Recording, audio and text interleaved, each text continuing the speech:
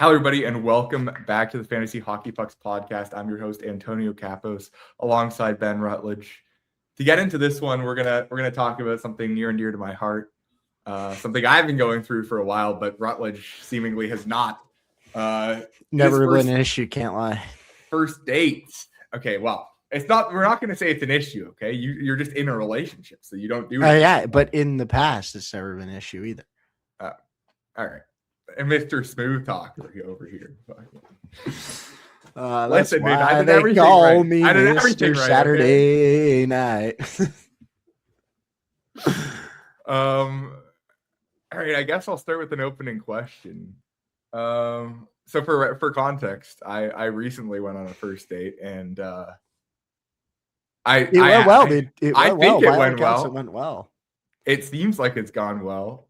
I really hope she never finds this to listen to it, because that would be quite an embarrassing moment for me to have to try and explain away. You breaking down why you're like, bro, I got ghosted, but it makes no sense breaking it down on the podcast. And she's like, so no. I'm not gonna use personal examples. We're gonna try and generalize everything. We're not gonna name names. I learned my mistakes from the first time. I learned my mistakes from the first time. So how's beep? All right, so I guess the first question here is, how much is it acceptable to pay on like the first date if you're the guy? Because like we're assuming if you're a good guy, you're gonna pay for like the date, right? Yeah, I guess that's the starting place.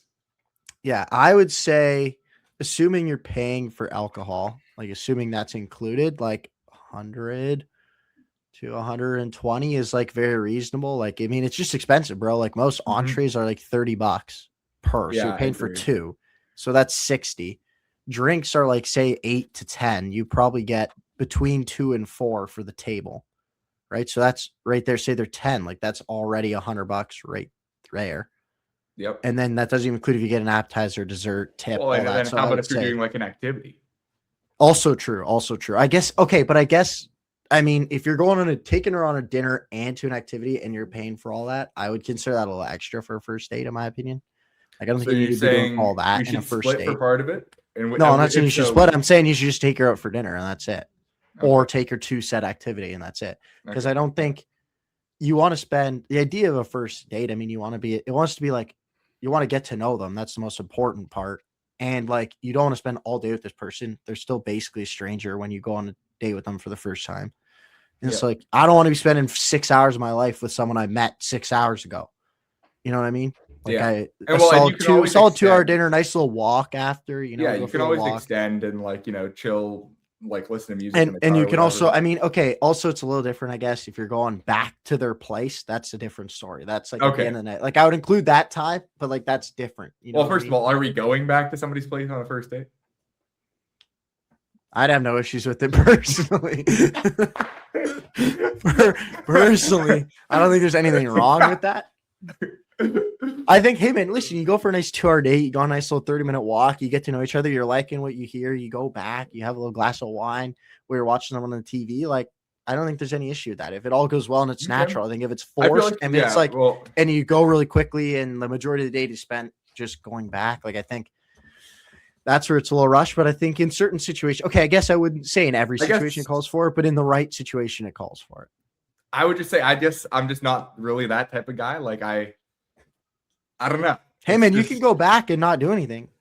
In that sense that we're talking about. Like, you can go back and just extend. The elephant is in the room and everybody knows we're talking about the elephant. You can extend the date into like their apartment, your apartment, their house, you can whatever. Extend the date into their bedroom. it not include the other stuff. I think those situations are pretty rare because I think if you get past that threshold of like the drop off, like, are they going to invite me in? Are they not going to invite me in? I think if you get in, you know, one thing typically leads to another. I mean, I'll take your word for it. Personally, never been there. So. No. I mean, I guess as we get older, I guess that's more common. But for sure, that's definitely more common. I would say, but it's also different because, like in university, bro, like it's very easy to just invite them back to like your apartment and like have like a few more drinks. Because part of it is like you're broke. Like I don't have money to be able to go to a separate bar or go to the bar at the restaurant and pay for more and more drinks. Yeah, but it's easier to like bring someone back. I got It's like a exactly. liter of vodka at home. It's like, listen, I'll mix you up a nice drink, and we can like have the same conversation, just cheaper. But that's not socially really accepted. Although I think it very much should be.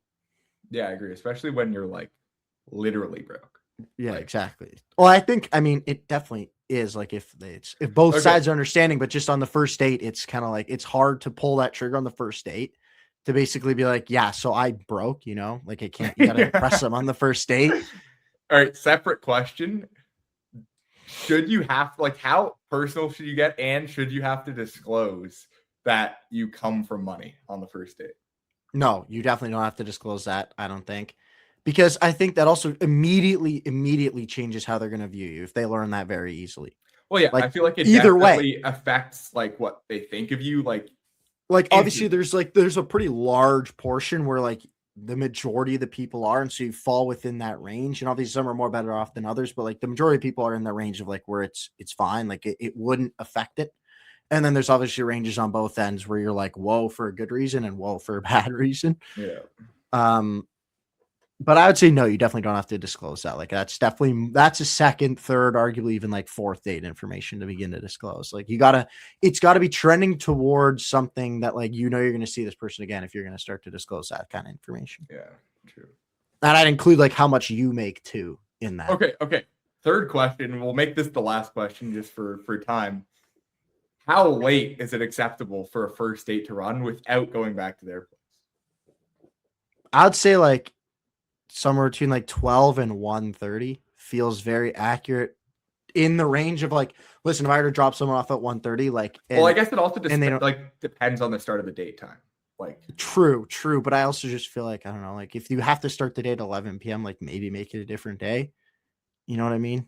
And that's not a shot at you. That's legit not a shot at you whatsoever. You were fully willing to make it work.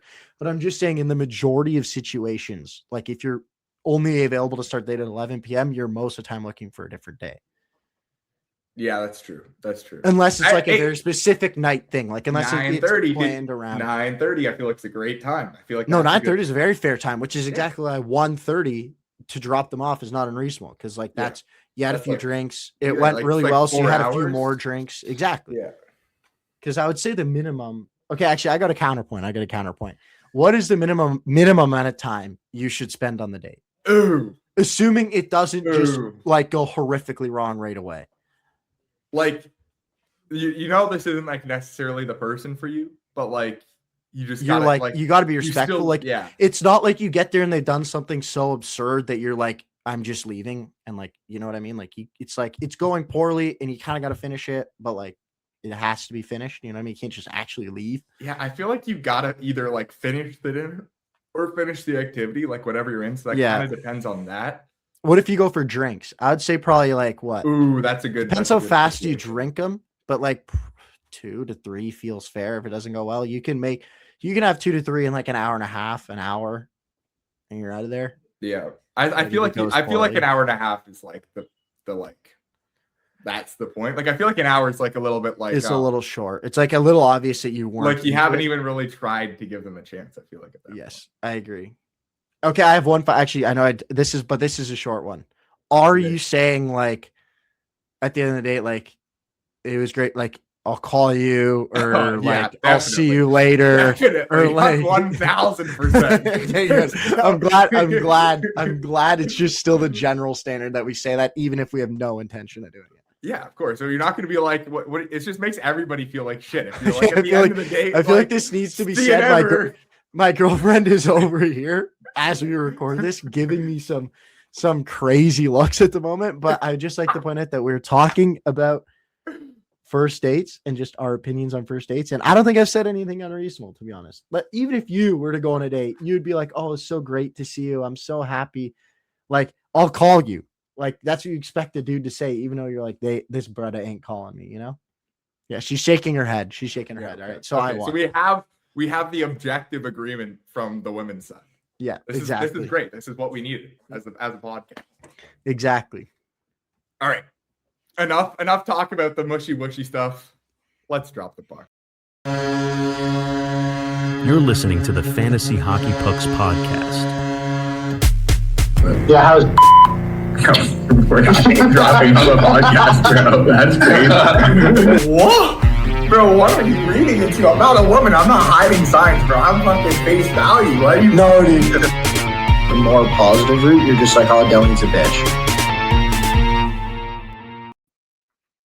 Well, I definitely think we have some new clips that we can be. Oh yeah, already. Already, for sure. But let's get right into it. So, like, how have things been for you? Like, I know we talked about first dates, and obviously that's something that came up for me, and we can talk about that later if we choose to or not.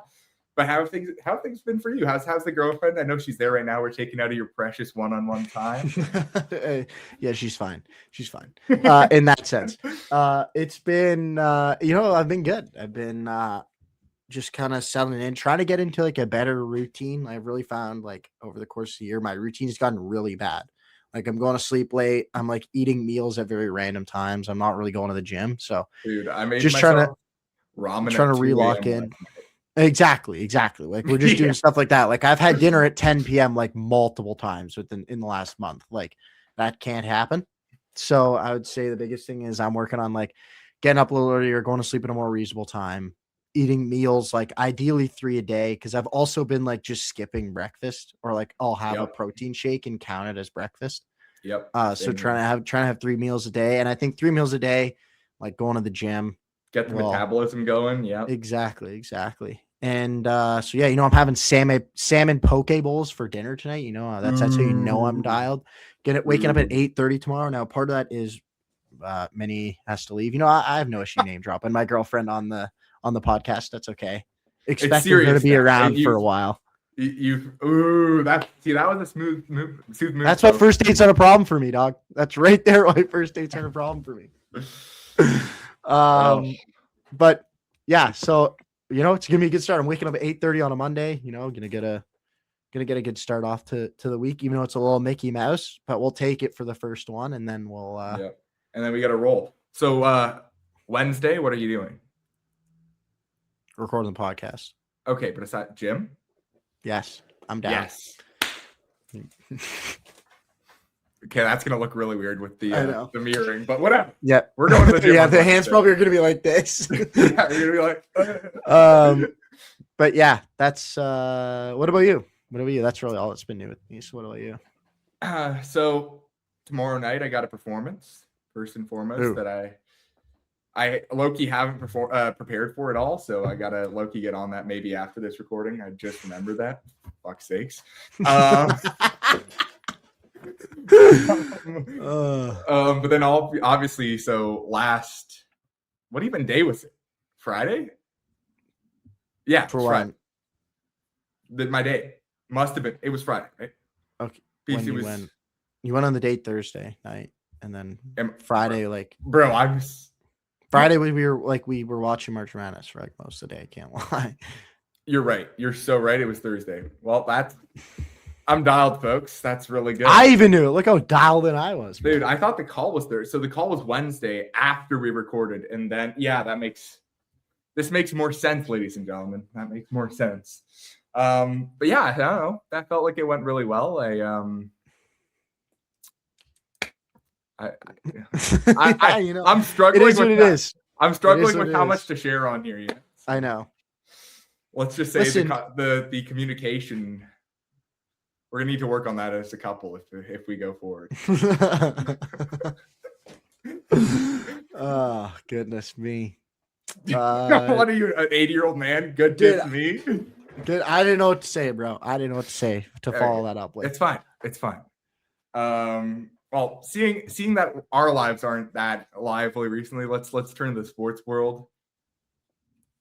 So it's been cooking. Obviously March Madness has been a big topic. We just talked about watching that on Friday, and let me just tell you, ladies and gentlemen, I went 27 of 32 through round 1, and I'm feeling very happy about myself. Did Gonzaga fuck me in the ass? Where did they go? Where did you have them going? I had them going to the Final Four. Okay, same. That's really good news to hear that you got also screwed over by them losing. Like that's helpful to hear. literally everybody in my North Carolina destroyed me, bro. North Carolina hurt because I had them. They were up 15 on VCU in the second half, and they lost in overtime. And I had them, although I didn't. This is where like we didn't do a ton of research. Like I just kind of pick it because it's arguably more fun when you do it without research. North Carolina's best player was out for the whole tournament. If I'd known that, I would not have picked them to upset Illinois in the second round, which was not ideal. And then Illinois beat VCU today, and they're on to the second round against Houston, or the third round against Houston. Actually, I don't think Houston's played yet. Oh, no, Houston did beat A&M yesterday. So, yeah, they're on to play Houston. Unfortunate, but, you know, it is what it is. Yeah, man, I can't lie. The second round has just been not great for me. Like, the West in general has just been off. Like, that whole I think I'm just about 50% in the West, which is horrible considering I'm at about 90 in the rest of the bracket. Oh, St. John's did beat Kansas. That's massive for me. I had that 5-4 upset. I don't even remember what I had there. Dude, I had Miami upsetting Purdue too, and that didn't happen. And with Gonzaga losing, like literally in the what region is this? West. In the whatever region Arizona Purdue is, bro. I'm literally like Arizona's the only team I have left in it.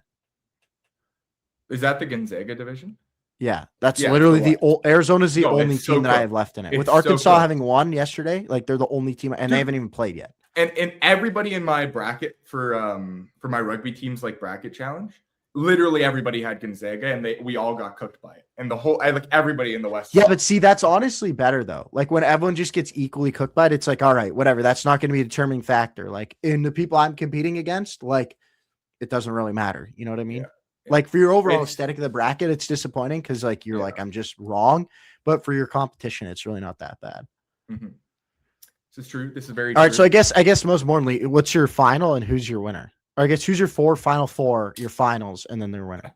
Brother, I'm gonna have to pull it up. I'm pretty sure it was. Okay, I'll go first. You want me to go first? Yeah, you go first. Because I have them all here. To make sure all right. So my final four, I had Gonzaga, Duke, Gonzaga, Florida, Michigan were the four that I had coming out of the respective conferences. Excuse me.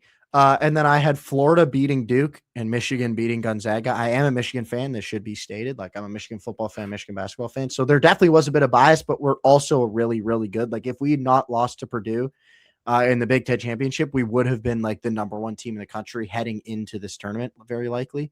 Maybe behind Duke, but probably one or two. So like this is not just me being a fugazi. But anyway, I had Michigan, Florida in the finals, and then I had Michigan winning. That's definitely biased because, I mean, it's a toss-up, but why wouldn't you have the team you root for winning when they're that good? I think we're actually pretty similar. I had Duke, Florida, Gonzaga, Michigan, and I had Florida winning it all. Oh, that's not good to hear. Okay, so basically it comes down to assuming our final is what it is. Like this weekend and next weekend are basically going to determine who wins. Like Although, we're going to know by the end of the Elite Eight, we're going to know. I was very goofy. I had UCLA going straight through to the final 8 against Duke. Who do you have them which beating? Could cook me. I have them beating UConn and then Michigan State. Actually had North Carolina beating Houston as well. So literally in two of the things already, I only have the 1 seed left. I literally have Florida and Arizona, and their 2 conferences are the only teams still alive for me. But then I'm actually the other 2 I'm cooking, and the other 2 I'm basically perfect. Yeah, I'm actually South and Midwest. I'm pretty much perfect, which is kind of like yeah. The Duke and Michigan conferences, I'm basically perfect in. Like I have one wrong, but like it's just a team that lost one round. Oh, you got cooked in the South? Well, because I had North Carolina, bro. North Carolina cooked me. Like them losing in the first round cooked me. They had literally had that game too. I can't believe I called VCU, dude. Well, I mean, the bigger one is I called High Point over Wisconsin. High Point's like literally never made the tournament. So yeah, that was kind of insane, bro. And then literally everyone was like, "Take Akron." Like they're the best double-digit team to go on a run. Like they're gonna be the Cinderella team of the. Took them and they lost to Texas Tech in the first round. They got killed. I know they didn't just lose. They got killed, dude. No, they came back. Or it may have been blown away. Oh no, it was. They finished with 20. They came back. It was like with like 10 minutes left, they're down like 6, and then they got blown out from that point on. Dude, but yeah, interesting. Yeah. We will be following along. There's obviously games finishing up today. We'll finish up the second round, and then we'll get into the Elite 8 and Sweet 16 next weekend. Well, talking about college sports, an equally, if not more so, interesting college sports bracket is coming through starting March 26th. I believe it was dropped today, though.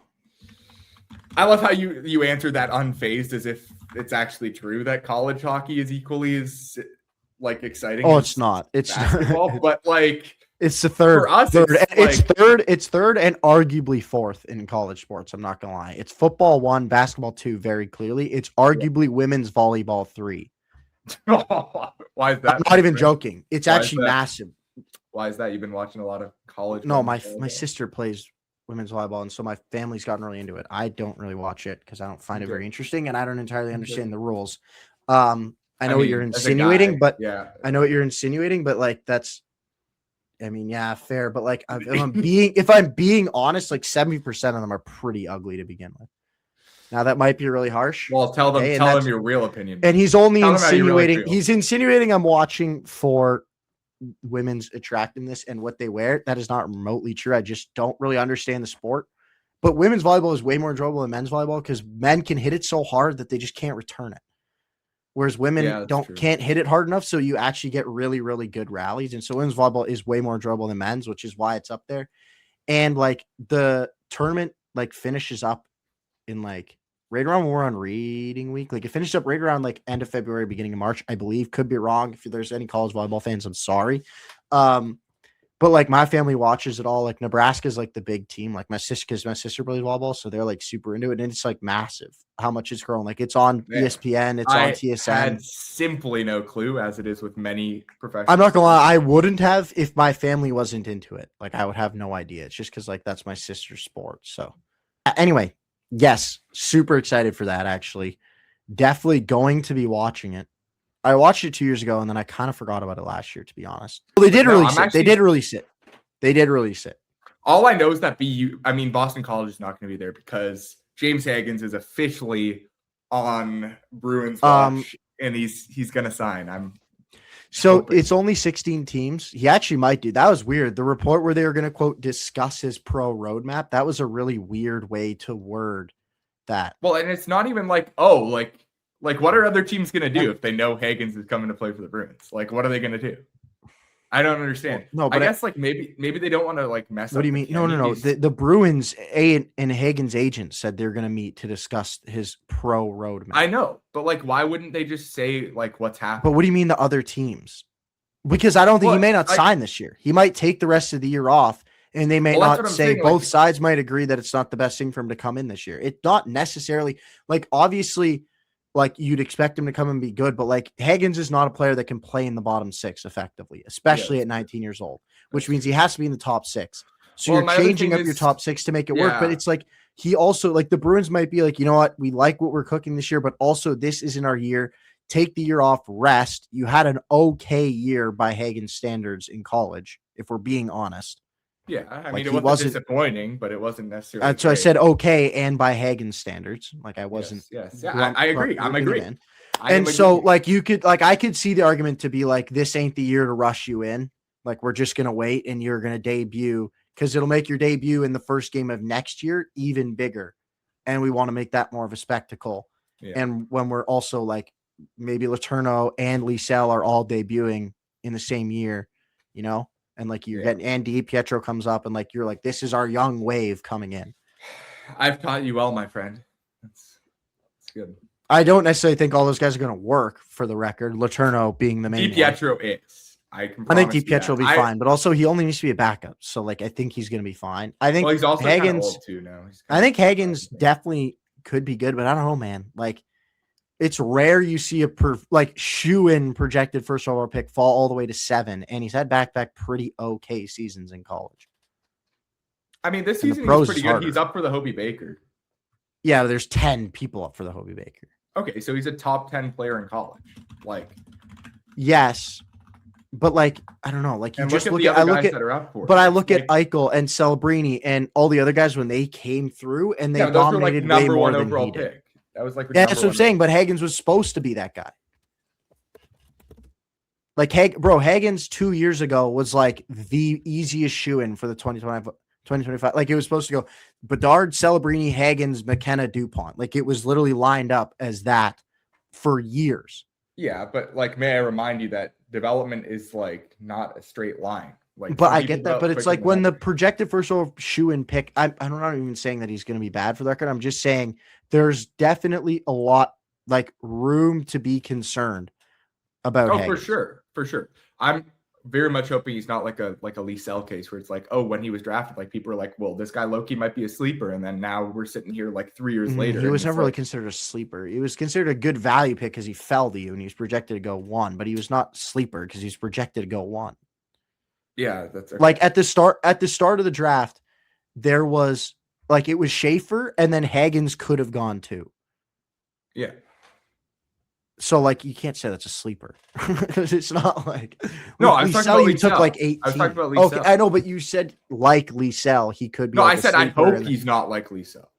I Or know, like but you still okay. Yes. Anyway, I'm he just really nitpicking your disappoints. words. It doesn't come to the league for 3 weeks. Anyway, whatever. Dude, he was drafted in like 2021, dog. He's 23. Yeah, it's actually he's getting kind of old. All right, let's fucking. It doesn't matter. Okay, we don't need to keep talking. 2021, he was taken 21st overall. You're right. I know, but I just want to confirm. It's nice to conclude a conversation with accurate information. But yes, let's get a move on. And honestly, let's get it right into our first fantasy or first hockey segment. Yeah, and in this segment, this is probably going to be like a recurring segment, maybe for the next like once a week for the next 3 weeks.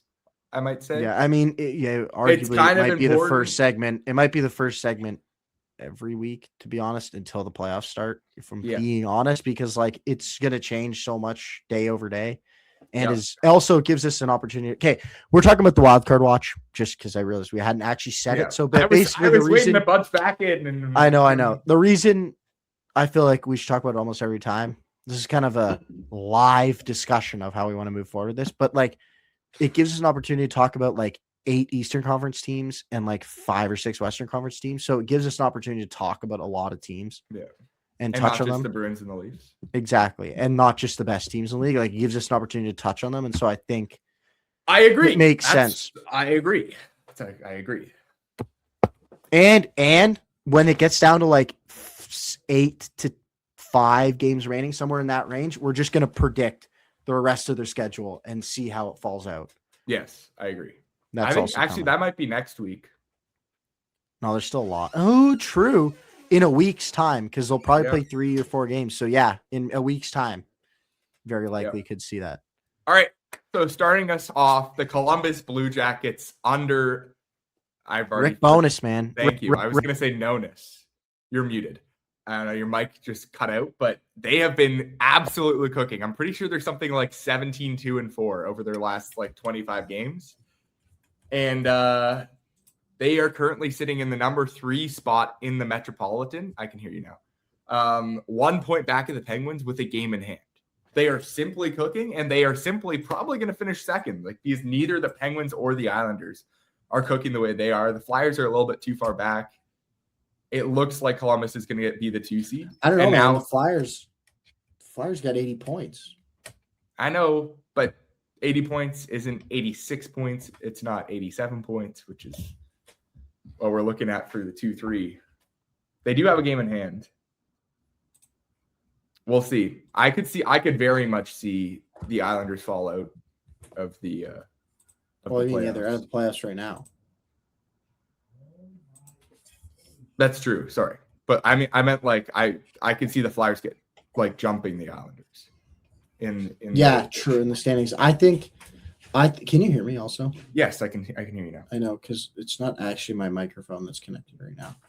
I know, it's your computer. It's my just computer. But anyway, I think Columbus is going to finish second seed in the Metro, to be honest. And I think Pittsburgh will be 3. Like I think they're going to host Pittsburgh. All right. Sorry about that, guys. There, a little bit of technical mic difficulties. My cord just stopped working. But anyway, as I was saying, I think the Blue Jackets are going up as the 2 seed in this division. I think the way that they're playing, like they won't catch Carolina, nor do I think they're as good as Carolina. But Fantilli has been cooking. They're playing way better. The best defenseman in the league. They're playing way better than Pittsburgh and the Islanders. I think like when all their players are playing at their best, they're a better team than Pittsburgh and the Islanders as well. Like they should be the 2nd seed, I think. And then I think, yeah, man, though that overall, that entire wildcard race is going to be crazy because Columbus is going to kind of set themselves in as the 2 in that division, I think. And Pittsburgh, I think, will do well enough to stay pretty solidly the 3. Like, I don't think the Islanders are going to catch them. Maybe. It's I mean, hard. they lost. It's so hard to say. They Like, lost, but like Pittsburgh- they're at 86 points and the Islanders are at 83 and they've played the same amount of games. You know what I mean? Yeah. Like Pittsburgh and the Islanders. And so and the Islanders aren't playing very well. And they play Columbus tonight in a massive game, by the way, like just massive for both teams. Because if Columbus wins, they're the 2 seed. And if the Islanders win, the Blue Jackets are the second wild card and the Red Wings are out of the playoffs. Yeah. Crazy. So, actually crazy. Like Talking a about lot can change. Talking about the Red Wings, Detroit and Boston just played in a ginormous game. And That third period was insane, bro. dude, it was. And did you see somebody tweeted like there's no shot the Bruins come back from being down in this third period?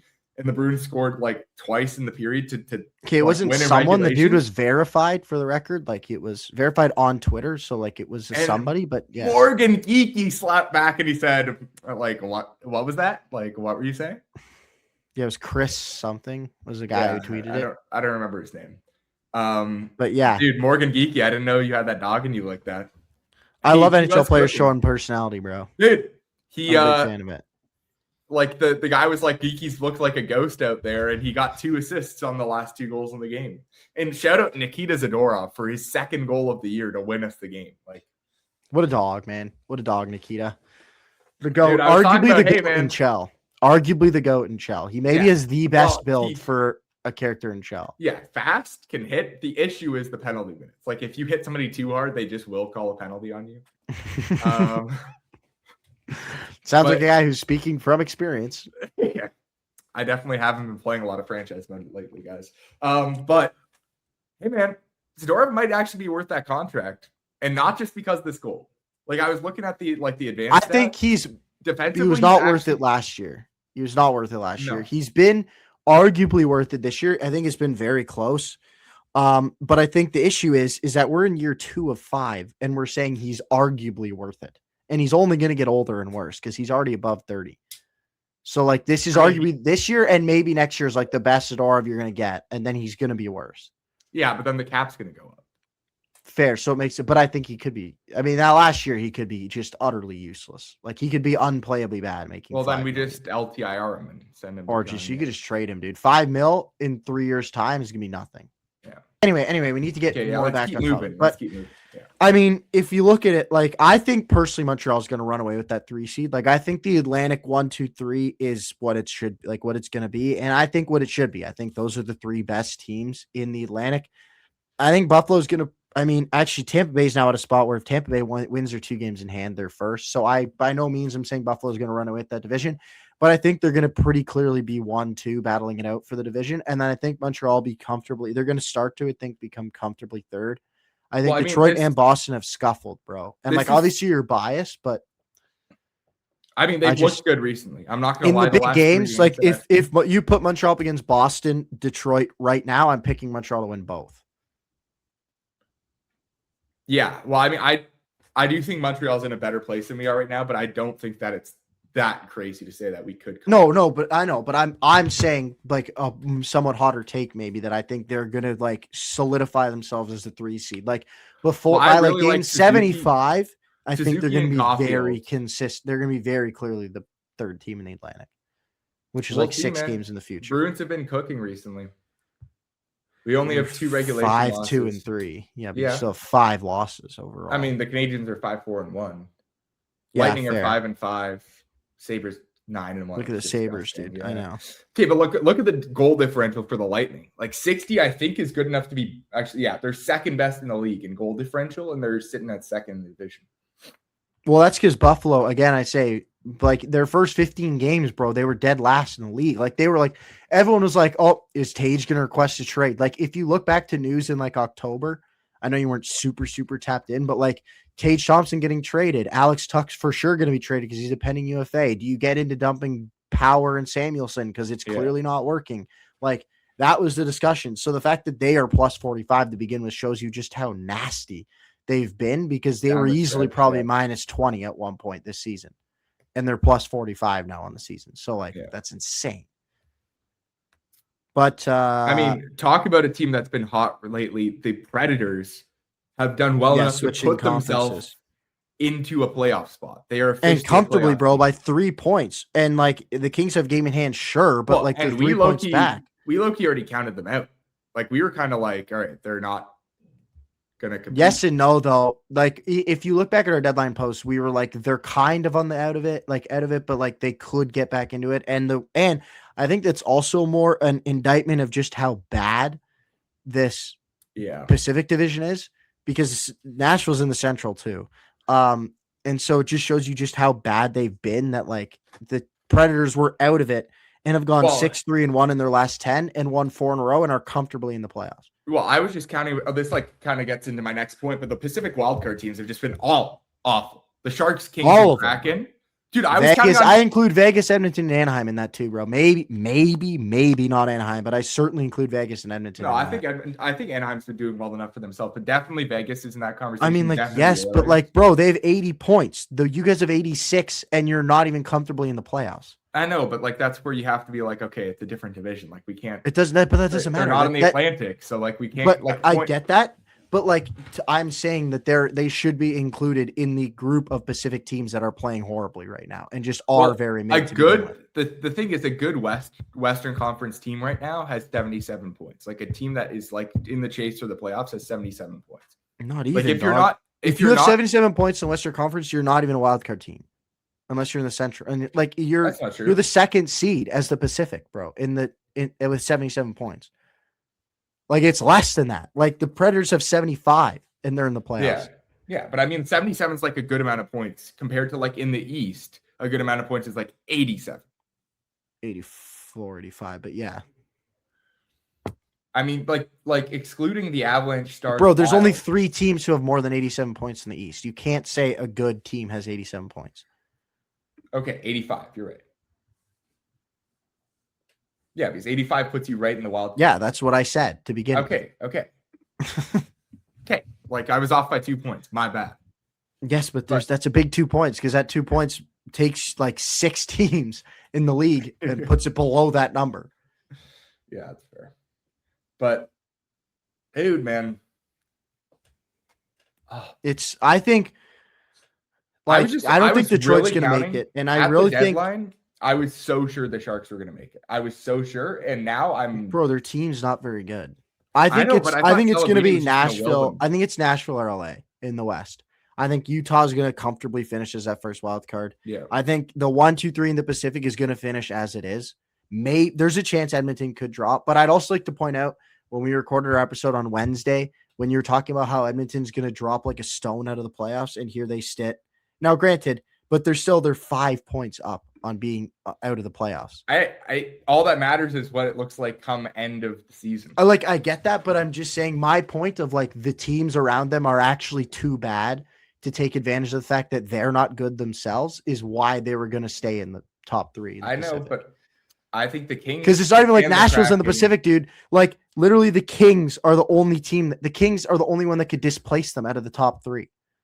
Dude, the Sharks only have 68 games played. They're 3 games in hand on the Oilers, but they have 7 less points. But if they win 3 games in a row, then they're suddenly a point back. They're a 500 team, dog. Like asking them to win 3 games in a row is a massive, massive if. I don't even know if they've won 3 in a row all year. Sure, but you could say the same about Nashville. And look what they did.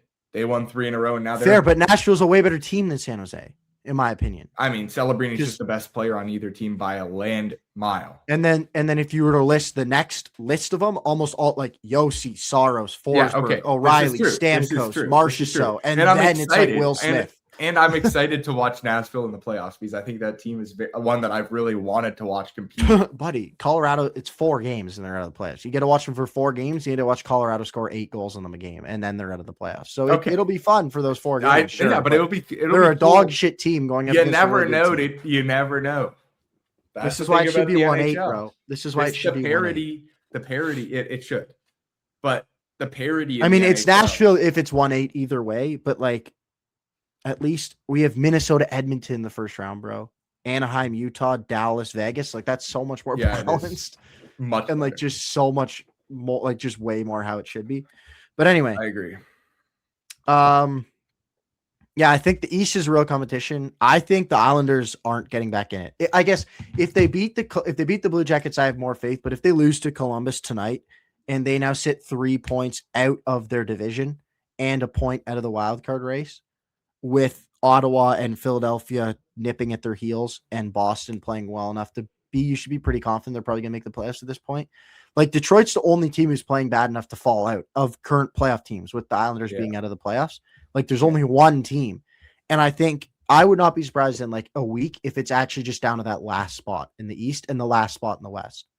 Yeah, I could definitely see the Bruins go on a run. I could even see like Columbus or Pittsburgh go on a big run. Exactly. That's what I mean. Like I think those two, like I think the Islanders are in trouble, man. Like I think if they lose tonight, their only hope is that second wild card spot.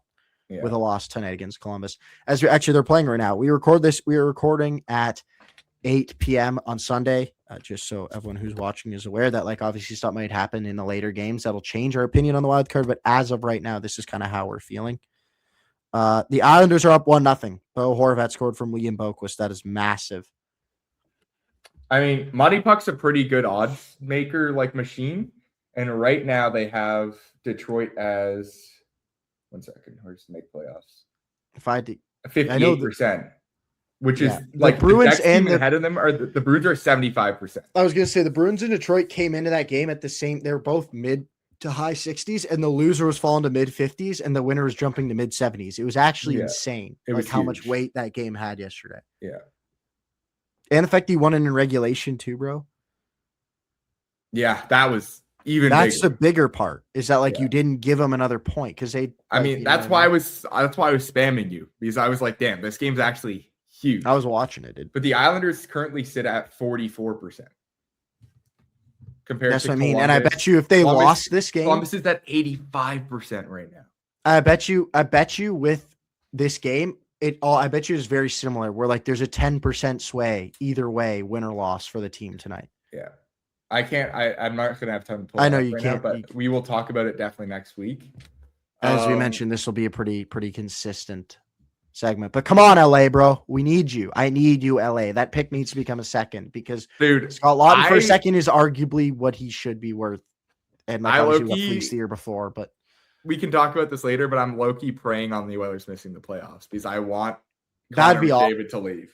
That would be awesome, but I just don't think LA is going to play well enough to pass him. Man, we'll see. We'll talk about it next week. But for now, we're going to.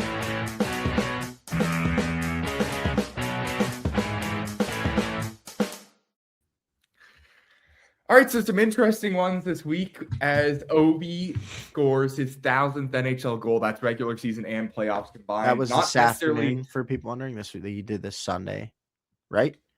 His goal today, was it? Yeah, I think against Washington or against Colorado. Yeah, it was. I think it was. I know the answer. It was.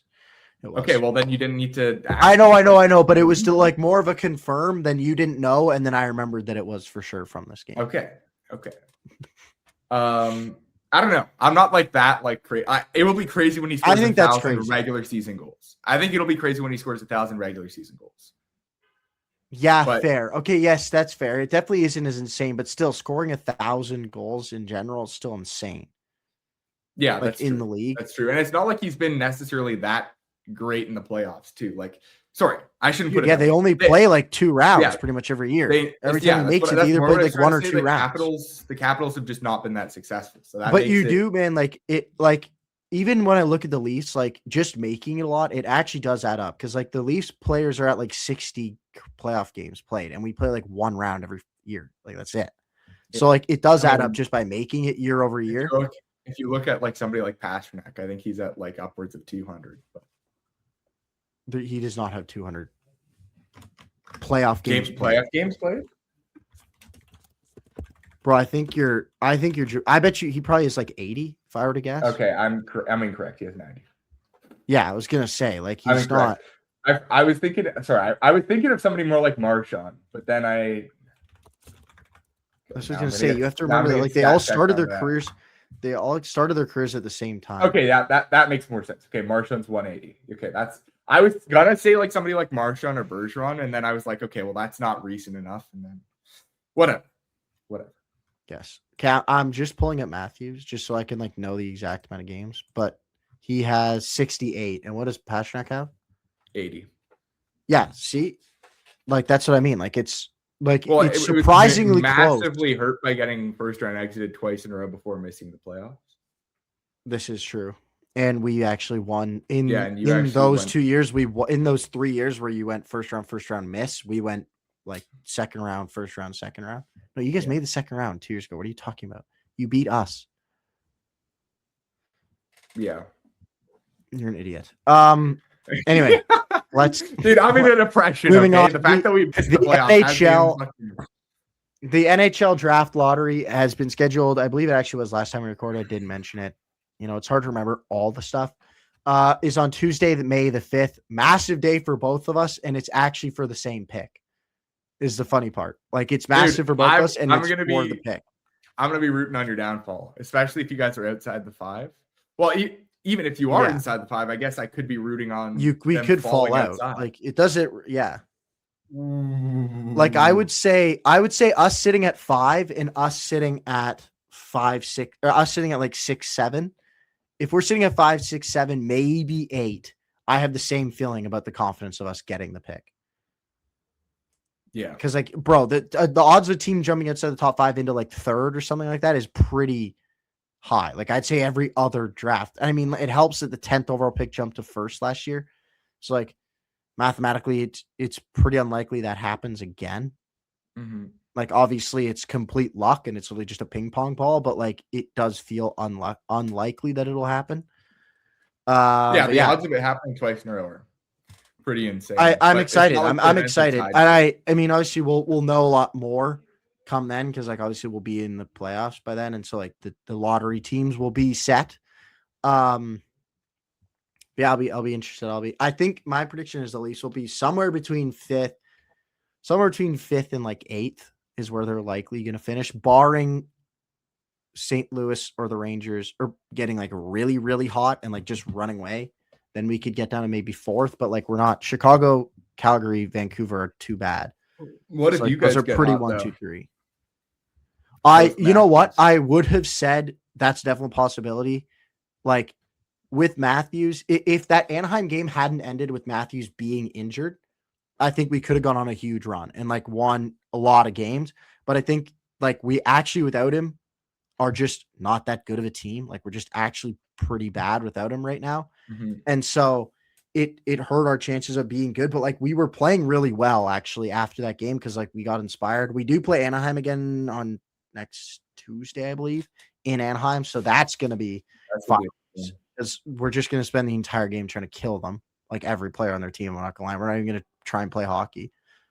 Like we're just going to send Dakota Joshua and Pizzetta and all the other mutants that we have out there to just try and hit them. We won't even care about winning. Yeah, I'm excited. I just hope it doesn't end in heartbreak, which is unfortunately the most likely outcome, which is that you guys get a like top 10 pick because our GM's a moron. Because if you look, Florida has top 10 protections on their pick. Every team has top 10 protections on every pick that you trade because that's just common sense. Unless you're trading for a superstar, then you have to do that to make the pick more valuable. Like we have top 10 protection on the Philly pick, bro. On the pick next year, it's top 10 protection. Little known superstar Brandon Carlo, dude. We're going to make the playoffs, man. We're going to make the playoffs. Like, I don't have to worry about it being top 10 protected. Like, whatever. This won't affect me. I'm going to be in the playoffs. I'm going to let Mitch Marner leave like I did everyone else. I suck at my job. I'm trading away every player that I brought in, and every player that Dubas left me is the core piece of this team. I hate him. I actually hate him so much. And also, Nylander shot the puck off Stolarz' neck and knocked him out for the game. Are you done? Last night. All right. So that was elite. That was actually in the recent news there, so you can suck my ass. But Nylander fired the puck off Stolarz' neck, and he left and went to the hospital. So that was sick. Wall played the second of a back-to-back. He actually played pretty well. Sens beat our ass, and it was elite because we lost, and plenty of teams behind us got points. So it was awesome. Okay, now anyway, got it. Thank you. Yeah. I mean, I love your rants. Don't get me wrong, but like I think I've dude, that wasn't very long. Don't even. I know. Well, I was more so just trying to keep it from being very long. I don't have much to say because like I don't even really watch this anymore, to be honest. I know, but like more so the Yes. Anyway. Continuing on with that, with there not being a lot of recent news, we also want to, take this opportunity to talk about some players that and teams that have been doing well. And you know what? Rare W in the Vancouver Canucks 2025-26 season. Marco Rossi, since coming back from injury, has been on fire. He, in his last 10 has, I should have probably counted this earlier, but he has 4 goals, 4 goals, 9 assists in his last 10. that's and good for 13 points. We can do math. That's good. He has multiple. I know. I was just telling the stats. He has multiple multi-point games in there as well, especially recently. Like since March 12th, he has 3 of his 5 games have been multi-point games. He's worked really well. They put him with Besser and Ogren, and him and Besser have worked really well because Pettersson's just not been the same playmaking-esque player that he's been, and so Besser has not been very good. And Rossi, who's a primary playmaker, has really worked with Besser, and Besser's playing some of the best hockey of his career. If you saw on Instagram, you'd see Besser was on the watch list for this week.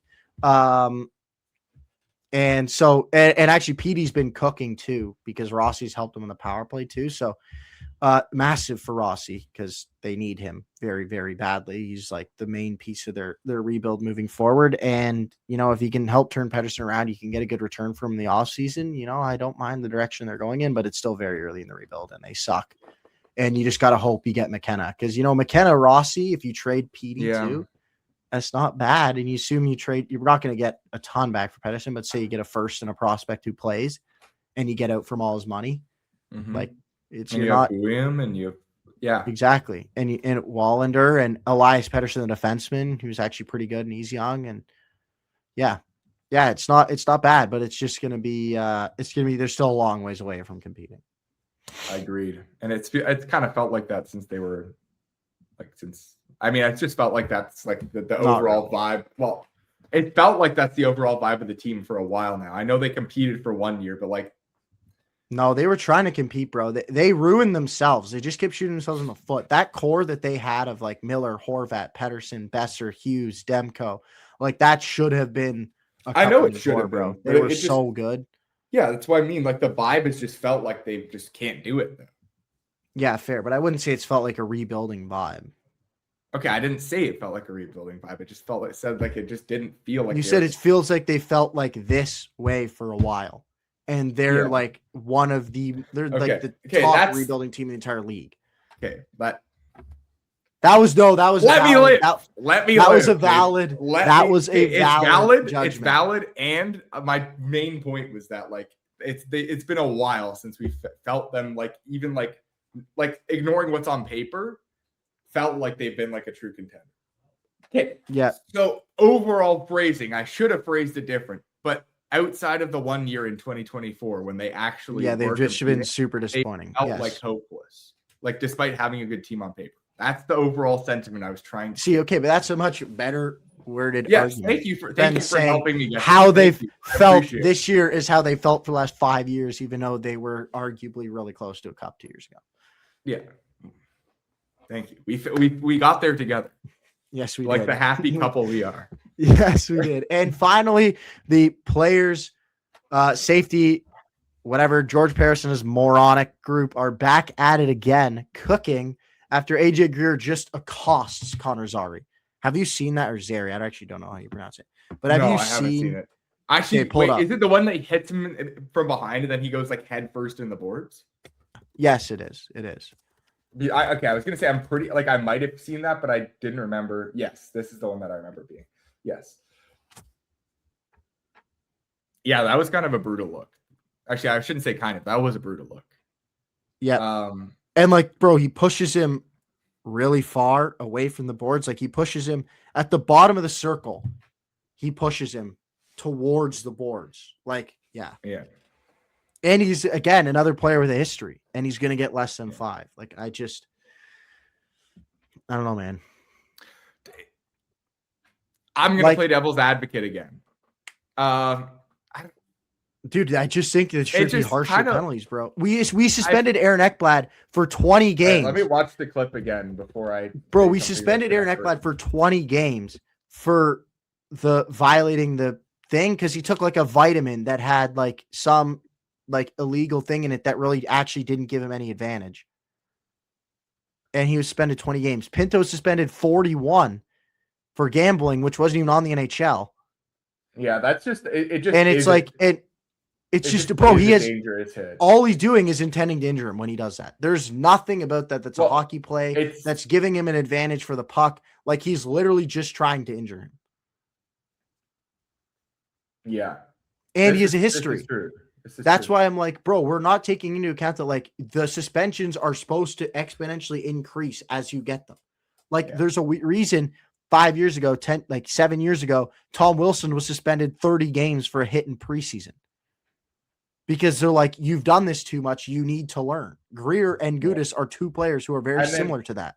And then Wilson actually turned out like he stopped doing it. You fixed it because you gave him a harsh punishment. He's like, whatever. AJ Greer's like, I can go run someone from behind again because I'm just going to miss 3 games. Like, who cares? Yeah. You know? I I just think it's ridiculous. Like, yeah. If I'm only missing 3 games, my coach says to You go don't learn do anything from something. that, bro. Like, When yeah. you play 82 in a season, you don't learn anything from missing 3. It's like, all right, I get to chill for the That's weekend. not even a week. You could be back. You could be suspended and play in the same week, missing 3 games. Yeah. Like, that's ridiculous. Go see the family, rest up a little bit, hit the gym, and you're back. Exactly, bro. Speaking of which, why do we want these players to be suspended so much? Because we want to protect the likes of the players we're going to list here. Antonio and I Okay, in the okay, next that's interesting. Okay. hockey I segment. was wondering where you were going with that. Antonio and I in our second hockey segment are going to be giving you our top 10 players as of Sunday, March 22nd in this 2025-26 NHL season. Just best players for this year, has no effect on what we believe these players will do next year, anything like that. Just this season alone, who's been the best. Yeah. All right. So I guess I'll start us off. We're going to start from 1 because I think we're closer at the top. And then like as it gets further down, like past. And it's 5, also like we most get- of you listening, knowing this segment, could probably list the top 5 like off the top of your head without really looking at stats. Yeah. And then the next ones is where it gets interesting. So yeah. All right. So we'll start with 1. We're not going to like 2s, like our 2s just flip flop. So we'll start with 1. Actually, you can go first, please, I guess. I have Connor McDavid first. He's second in the league in points.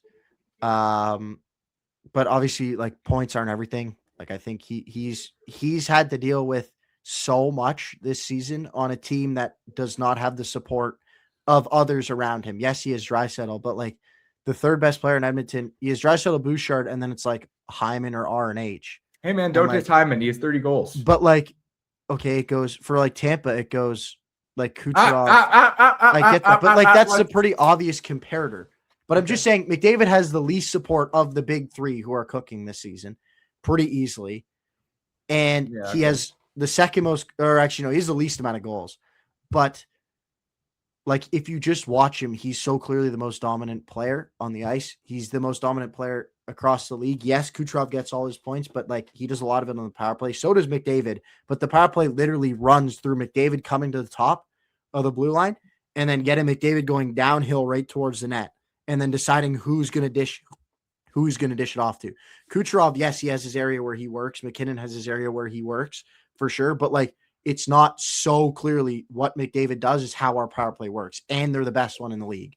And I think you use that as a negative, but I'm like, bro, having an elite power play is a weapon. And the fact that he enters his zone with the puck on the power play, he sets up their power play. He's the one who's assisting Bouchard on the Bouch bombs. Like all of that is deserved credit to McDavid and shouldn't be viewed as a negative or a power play merchant when he's the guy that literally runs it.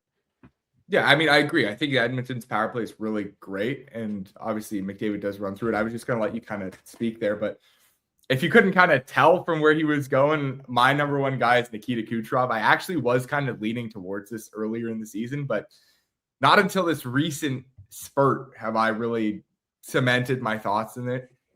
He, in his last 45 games, he has 45 games, has 93 points. First person to do that since Mario Lemieux back in 1997, I want to say. I think that's correct. I don't know. You can look it up if you really want to stat check me. But Nikita Kucherov, especially his last 3 games, he has 12 points, 6 goals, 6 assists. And I know you're talking about how like only McDavid's power play runs through him. But if you're watching the Lightning games, like I've watched 3 Lightning games now in the last 2 weeks. Every single power play, it's like, okay, Kucherov has the puck. He's looking for the lane. Sure, he's not necessarily wheeling through the zone, but he's the one that they always give it back to when they're resetting. Like he's the main guy that sets up the play. And he's like the tick in the tic-tac-toe. He'll pass it to the guy who's backdoor, who will then pass it across, and then they score. Or he'll pass it directly to the backdoor option, and they'll score. And his vision on the ice is actually ridiculous. Like he's having a disgusting season. He also had we've seen him do it before when he had 128 points. But this is kind of a point that I wanted to get to later, but I'll bring it out now. He is the most underloved player in the league. And it's unreal. Like if you look at it, like point per game over the last 5 seasons, he is arguably the second best player in the league over that span. And now, mentally, I'm like, okay, the top 2 players are McDavid, McKinnon, and then maybe even get McCart in there as number 3. But I feel like Kucherov definitely deserves to be in that conversation, and you can't solidify those 3 as the 3 best. Well, I think he's, in my opinion, outside just this season, he's pretty comfortably the 3rd best player in the league, in my opinion. Behind McDavid and McKinnon overall. But listen, I have Kucherov second. I think it's uber close. One other thing that I forgot to mention is Nikita Kucherov is a genuine ghost on defense, and McDavid is good on defense. That is and so that definitely hurts him. But yeah, we're splitting hairs. We're comparing a guy with 118 points to a guy with 116, I believe. It's not we're very much splitting hairs here between elite players.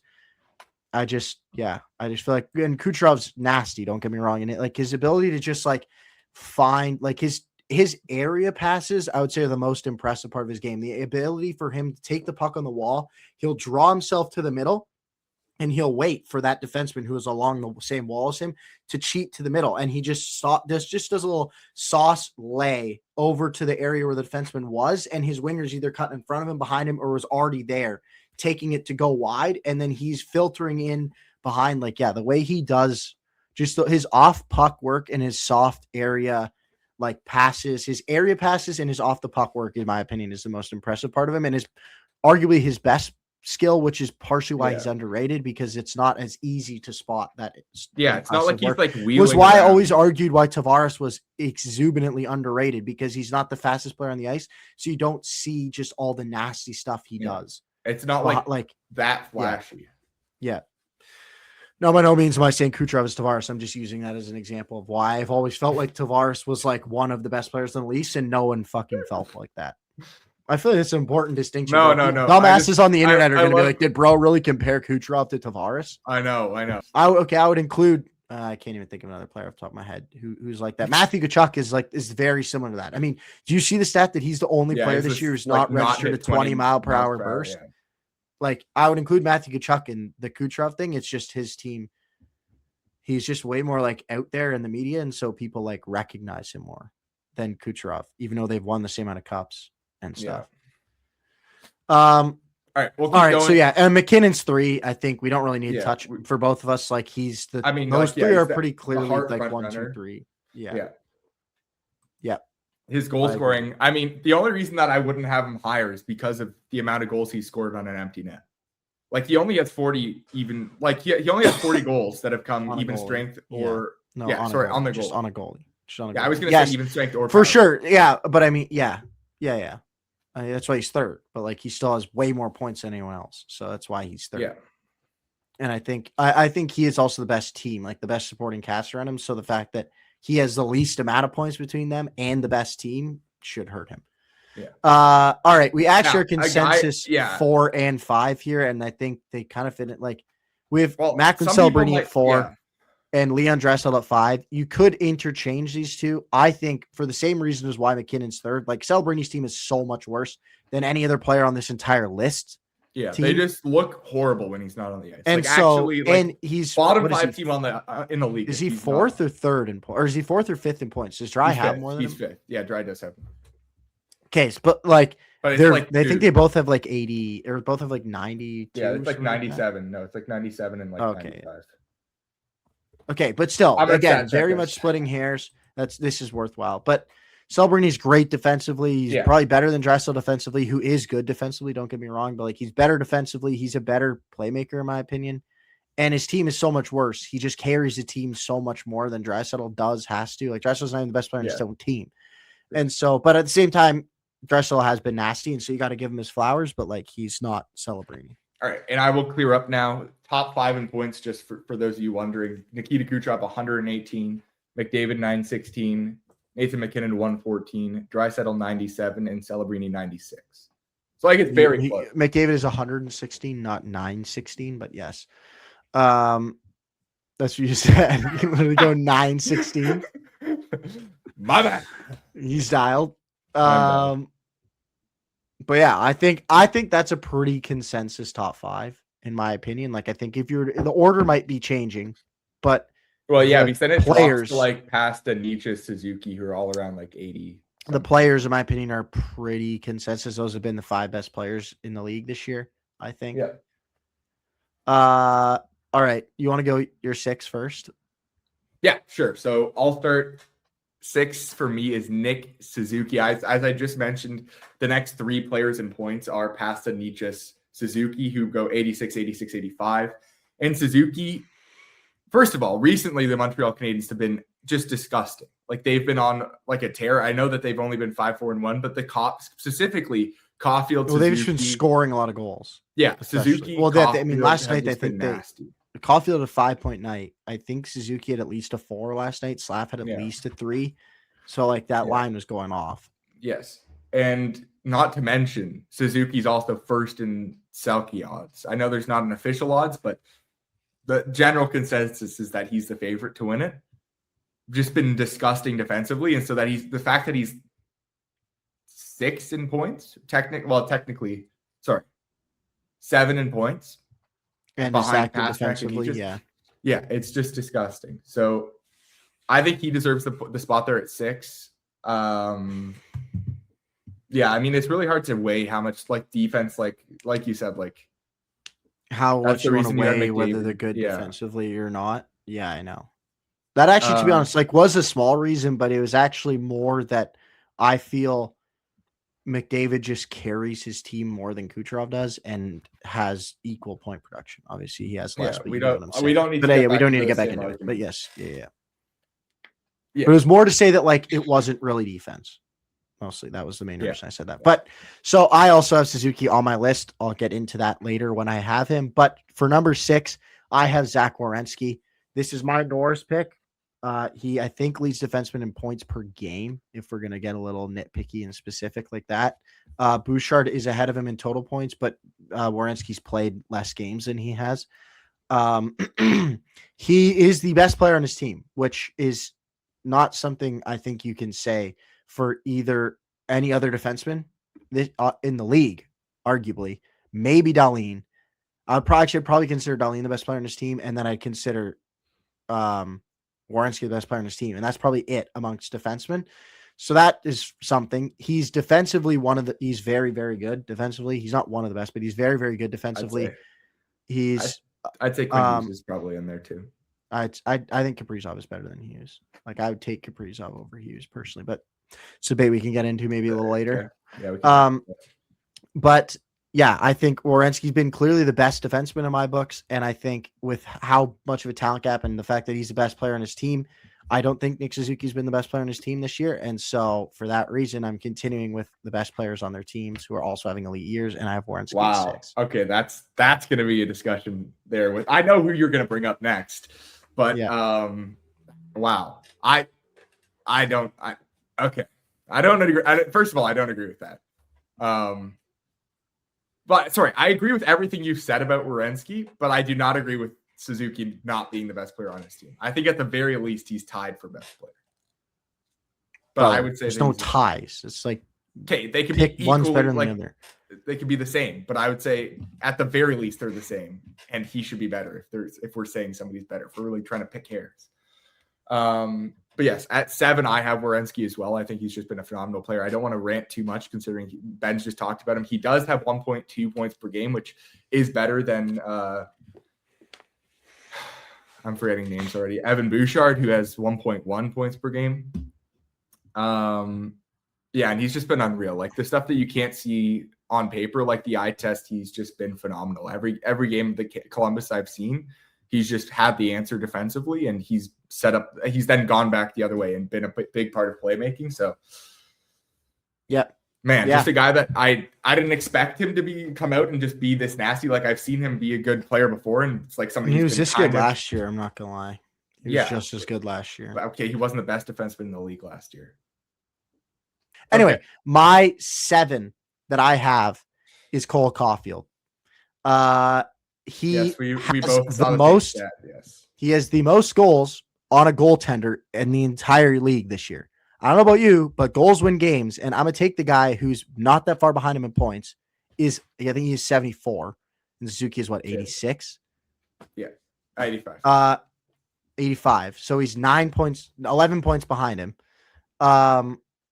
And he has the most goals when there's a goalie in the net of any NHL player across the entire league this year. In my opinion, that's the best player on your team, regardless of, unless you have a player on your team putting up a Hart caliber season, leading the entire league in goals with a goaltender in the net is more than enough to be considered the best player on your team, in my opinion. Yes, Suzuki's been great defensively, but like, look at Caulfield's first goal last night.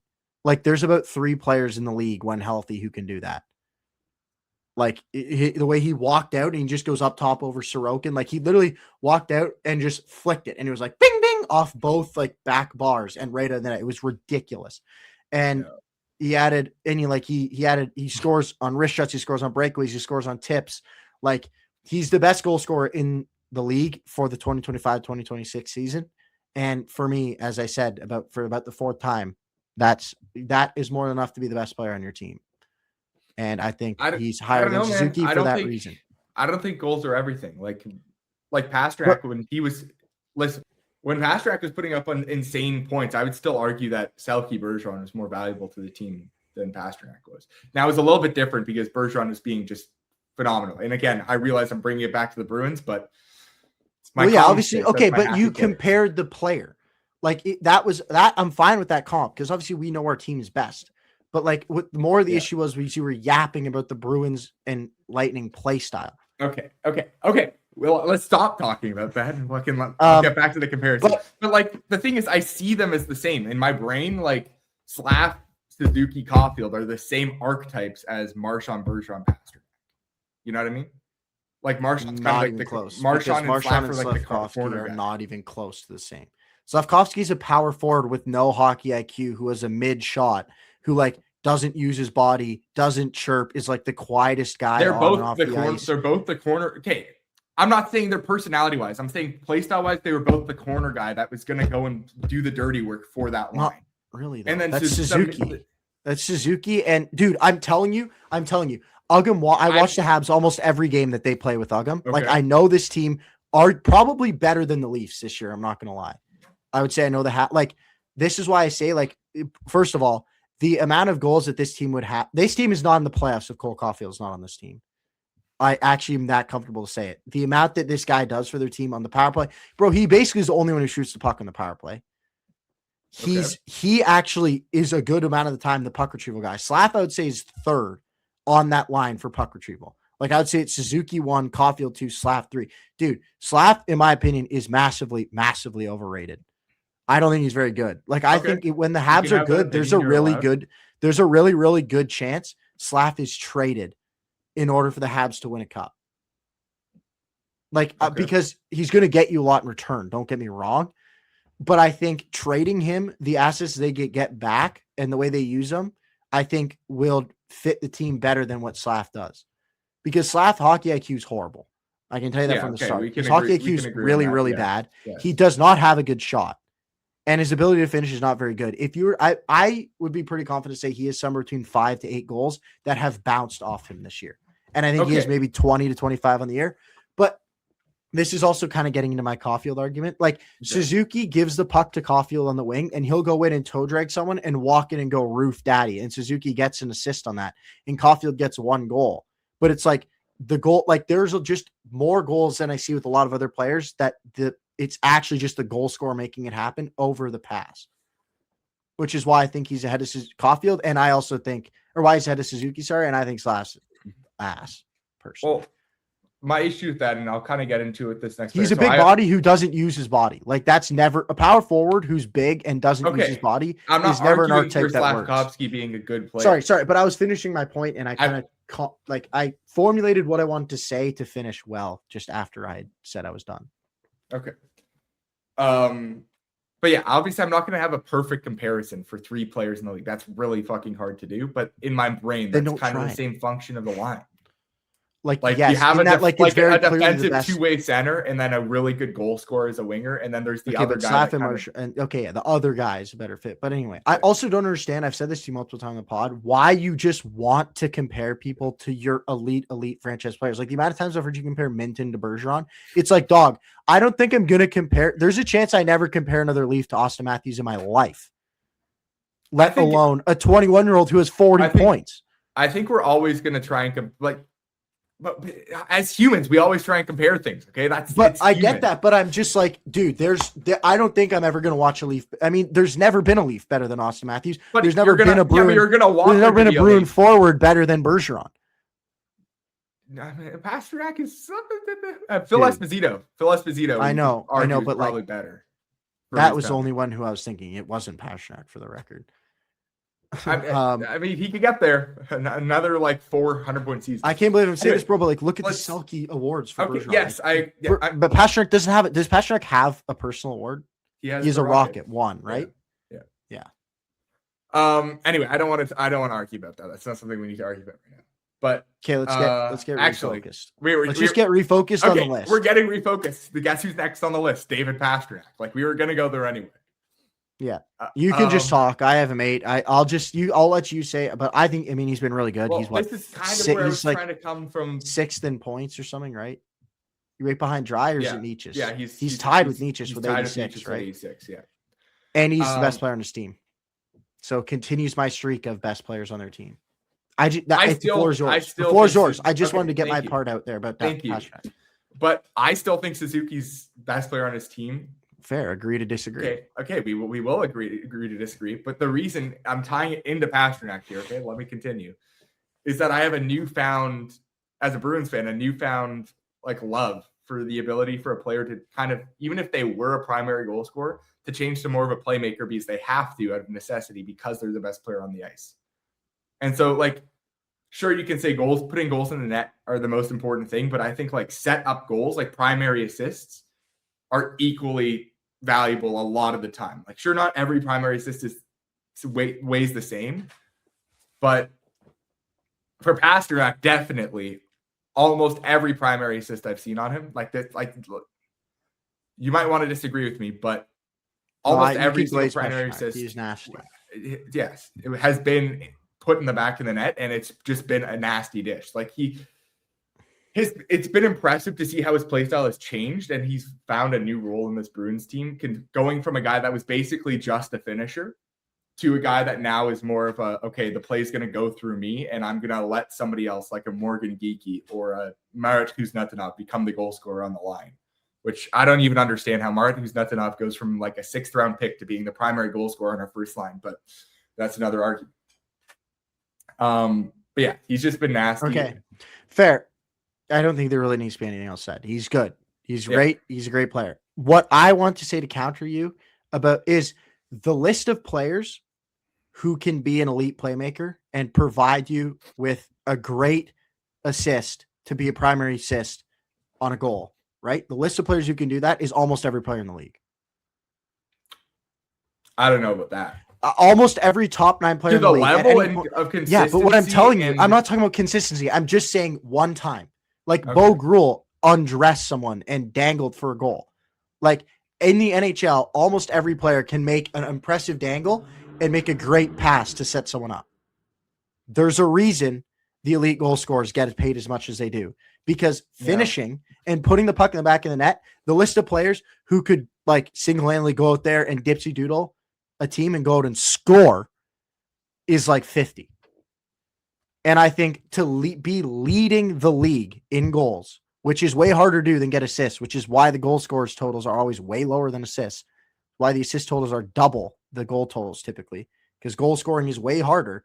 The guy who does it the most, the guy who's best at it, is the best player on his team that year, with Suzuki having a good but not like Hart caliber season. Anyway, finish on that. But that was more of an overarching thought on goal scoring as a whole, and why my philosophy is always like, if you score goals and do it at a good clip, I'm taking you over assist playmaking guy any day of the week. Okay. Because I can get Martin Nietzsche to set up Cole Caulfield. I don't need Kucherov to set up Cole Caulfield. Okay, my counter argument would then be like, I think a great playmaker can play with anybody on his wings and make them produce, where a great goal scorer could not do the same. Like if you look at a Sidney Crosby, he's not necessarily a great goal scorer, but whenever he plays, like especially in his prime, whenever he played with anybody, but I think he can make them nasty. I think the elite ones can do that too. Like look at Ovechkin. Well, yeah, because you need to have a good level of play. Oh, okay, Ovechkin's not a good example, but like yes, I will agree with the overall. Like the good ones can make it work anyway. Yeah. Right? Like I just think in most situations. I think the elite of the elite playmakers, like a Sidney Crosby, like a McDavid, there for sure, they are more translatable than the elite. Like a Kucherov, 100%. But I think look at how many players you could come up with, and if I were to come up with elite snipers, goal scorers, it's like the list is way shorter. Which again is why I think it's more important, because there's less people who can do it to such an elite level. Who do we have? Than there are 1, 2, and they're not great goal scorers. I mean, McDavid. The guy that you have has 40 goals, and the leader is 46. Like, what do you mean? Like Kucherov's a great goal scorer and has consistently scored well above 30 for a lot of his career. Like I bet you he's had over 30 almost every year. He's not been the number one goal scorer on his team. For sure. Like for sure. But obviously, but also this isn't a year where there's a 60 goal scorer. The leader with 70 games played is 46. Like we don't even have a 50 goal scorer yet, and we're almost in April. Like this isn't the best year to compare elite goal scorers, which is why the number one goal scorer in the league, I guess technically is McKinnon, is at 3. But if you're counting with a goalie in the net, is at 7 and 9 respectively. Sorry to kind of spoil your list a little bit there, but we're on to 9 anyway. But, that's what I mean. Like it's not the best year for goal scoring, but yeah, like I mean, Kucherov has scored 41 to. I mean, the issue with Caulfield, he scored 40 a lot, dude. He scored 40 or had like 38 in like 75, like almost every year of his career since like 2018. Yeah, but the issue is Braden Point's been one of the most prolific goal scorers in the league, except for this year. Since then, yeah, for sure. But I would still consider Kucherov the best player on his team, and not Point. But you're comparing the player that we're calling the third best player in the league. Like, yeah, it takes but there's for a reason. But it takes the third best player. It takes the third best player in the league to displace the number one goal scorer on their team for best player. Just think about that. Like, think about the fact that like who's another? Who I'm trying to think of a guy that like is a playmaker who we're like not even debating as the best player on their team. Like Nietzsche. Nietzsche isn't even in the top 10, and he's an unbelievable playmaker. Okay. Like we looked at the playmakers and we're like, we don't want Kaprizov, Boldy. Like we displaced the playmakers, the really good playmakers, for a lot of other positions and players who did a lot of other stuff because there's so many of them. Yeah, that's true, I guess. I mean, that's again, we're gonna agree to disagree on this. We're just gonna agree to disagree on this. We're learning, guys. Okay, we're learning that we can't just keep going and going. We're gonna agree to disagree. You know what? Honestly, let's use this as a moment. If you're listening, and give us your thoughts and comments on what you'd rather, an elite goal scorer, an elite playmaker, what you'd take, what you think is more important to a team. Let us know that. Leave a comment on this. Leave a comment on YouTube. Comment on Spotify, Apple Podcasts, wherever you get your podcasts. Do that. All right. So yeah, Antonio's Caulfield at 9. I have Pastrnak at 8 as well. We both have passed at 8. At 9, I have Evan Bouchard at number 9. He leads defenseman in points. He's, I think, 15th or somewhere in that range, low teens in total points across the league. He's been the best power play defenseman. You could argue he's the best power play defenseman in the league. I don't think he is, but I think he's probably 3rd or 4th, somewhere around there. Like he's the upper echelon. He's an upper echelon offensive defenseman. Obviously, what he does defensively hurts you, but I think it's just you can't have the best players of the league and disclude the leading defenseman scorer when he's having as good of a season as Bouchard. Disclude, I like that word. And then I have Nick Suzuki at 10 is where I have Suzuki. I think he's certainly deserving of it. I think he's been elite, but I just think there's players who are having better seasons and doing more for their team. And obviously I'm not saying Suzuki's bad. I'm listing him as a 10th best player in the league. So again, going back to when I was saying, like, I don't think he's been the best player in his team. Like, he's still having an elite season by like every metric. He's having an elite season. Those two are nasty. We'll agree. And then my number 10 is Ilya Sorokin.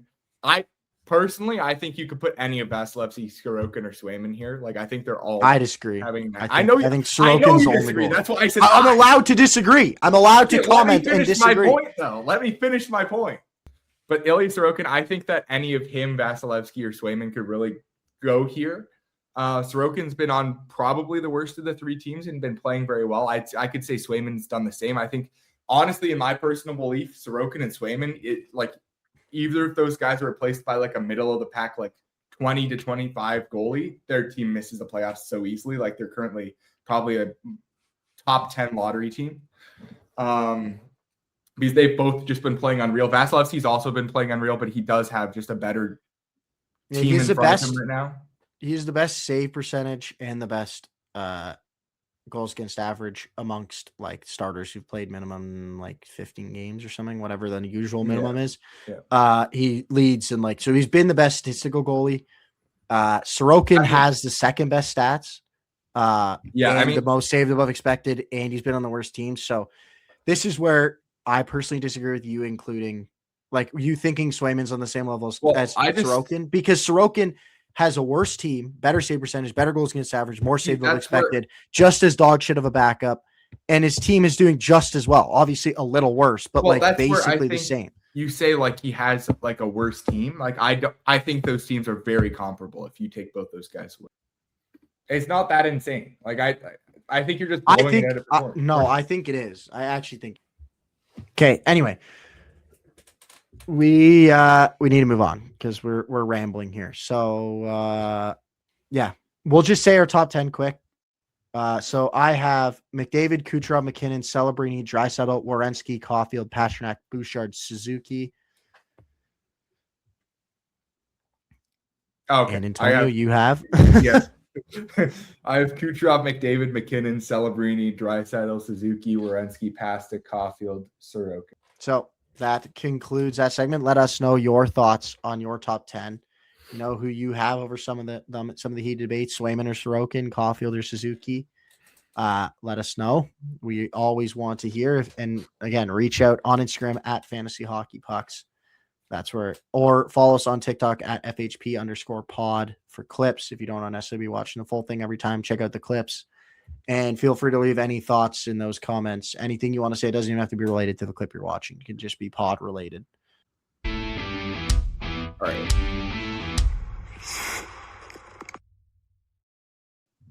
You know it. I know it. It's what's on your mind time, baby. So, Mr. Kappa, what is on your mind this evening? I mean, if I'm going to be honest, I think let's start with what's been negative, and then we'll go to the positive to finish on a positive note. So I'm going to start with talking about McDavid.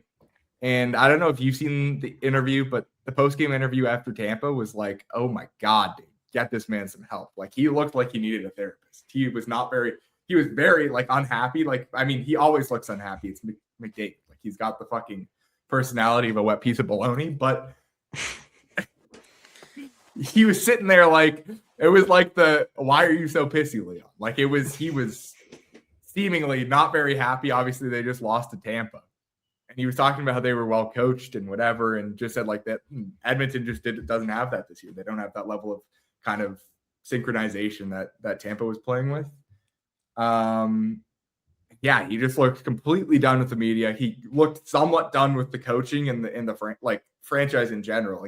This is generalized. You can't pull that from his face, bro. Dude, I'm just saying he looked very unhappy to be there, whether there means the Oilers or just in front of the media. He just was not happy about any of it. Yeah. I mean, I don't know how many games after you've lost, like there are so many rugby games where I could count on Like there's so many rugby games in high school where we finish and you wouldn't talk to anyone on the bus after. And that had nothing to do with whether you wanted to leave HSC rugby or not. You're just mad about the game. So I think extrapolating this out to saying he wants to leave Edmonton when he just signed a 2-year extension like 4 months ago is a little 5-6 months ago is a little aggressive. He hasn't even started his extension yet. So, and he has a full no move clause. So like this has to be like a year from now, the same situation for him to even be debated to get traded. So I think it accelerates pour cold water on what you thought could be an exciting conversation, but I don't think this remotely means he's leaving. I don't think they could miss the playoffs this year and he's not leaving. Like he's going to be all of next year. If they miss the playoffs, I think it accelerates it quite a bit. Like you're putting gas on the fire, and it's not necessarily. If they miss the playoffs, the chance that he gets traded in a year's time dramatically increases. But they're not going to trade him in the first year of his extension. Like if they're bad this year, they still have him under contract for 2 more years. There's no world they trade him. Well, I don't think he's a no move this summer, but I could see them trading him midway through the year next year, like when Panarin got moved this year. But Panarin was a free agent. Panarin was a pending free agent and told the Rangers, "I'm not extending with you," because they were losing it for nothing. So much more Antonio, for him. He's not a UFA next year. He has 2 years on his contract. Like I understand. Well, he would have a year and a half. But yes, that's what I'm saying. So much you would trade him in off season. You're not. There's 0% chance Connor McDavid is being traded mid-season if he's ever traded. I'm sorry. That trade, bro. Right. What the Oilers would be asking back for. We have it on camera. What the Oilers would be asking back for is just so. Look at the Robert Thomas trade, right? And Vincent Trocheck. Those guys weren't dealt at the deadline because the price was felt to be too astronomical. McDavid, they're asking for 4 firsts, 2 roster players, and 2 blue chip prospects who are going to be playing now. Like no team is forking that up because you're basically fucking your entire team. Like you need to acquire them in the summer. So you had all offseason to counteract for the fact that you probably gave up a superstar, your 2 best prospects, and the next 3 to 4 years worth of first round picks. That's why I think it's just a trade that's not possible to be pulled off in the summer. However, again, I say in a year's time, very, very likely if this end of this year and next year doesn't go well, that he's traded because at that point he has a year left on his contract. The Oilers might be like, all right, this just didn't work. We're going to ship him and Dry off because Dry has multiple years left on his deal. We're going to get max value for him. So I think definitely plausible, but not for about 13, 14 or 14, 15 months time, in my opinion. Okay. I'm just saying this could be the start of it. For sure. I agree with, but I also think to extrapolate this specific game as the reasoning is a little hyperbolic and a little NHL media of you. Can't lie. Hey, man, we're part of the media. We're allowed to do that now. We're allowed to do that now. All right. Last topic here on the podcast. And that's why they call me Mr. Saturday Night. Cole Caulfield, who had 15 goals, 15 of his 37. I said 18 at the time. I was wrong. It was 15 of the 37 2 or 3 episodes ago when Antonio and I made the bet on Kaprizov or Caulfield for the Rocket, which is looking amazing for me, by the way. I don't think he'd scored another. He scored 1 last Saturday and he scored 3 last night. So which means he has 41 goals and 19 of them are on Saturday, which is just absurd. That's insane. And that many are on one day. And it actually could be more because I don't exactly remember when he was at 37 goals, but I know he had 15 at the time and he's added at least 4 to that total since then. Yeah. So could be even higher. So he just is Mr. Saturday Night. And honestly, that's a sick nickname. I mean, he had a pretty good nickname already. He had a pretty good nickname already, but that's yeah. No, I think it's elite. The amount of aura, like we were talking M-Bon. We were watching the M-Bon video on the Norris Saturday Night. Yeah, but he's like part of his Norris formula was literally aura. And I think if you're gonna look at if you were to do the same thing for like right wingers, man, Caulfield would be like. You got to look up his first goal last night. I'm talking about his aura. When we're done here, you got to go watch it. I mean, you can watch it now, but I would just watch when we're done. Yeah. First the goal, second the celebration, and then think about the fact that you just gave him a lot of aura, and then watch that, and you're gonna be dripping wet. And we hate the Habs too. So that just tells you how nasty this guy is. Sounds like a good night. Sounds like a great Sunday night to me, dude.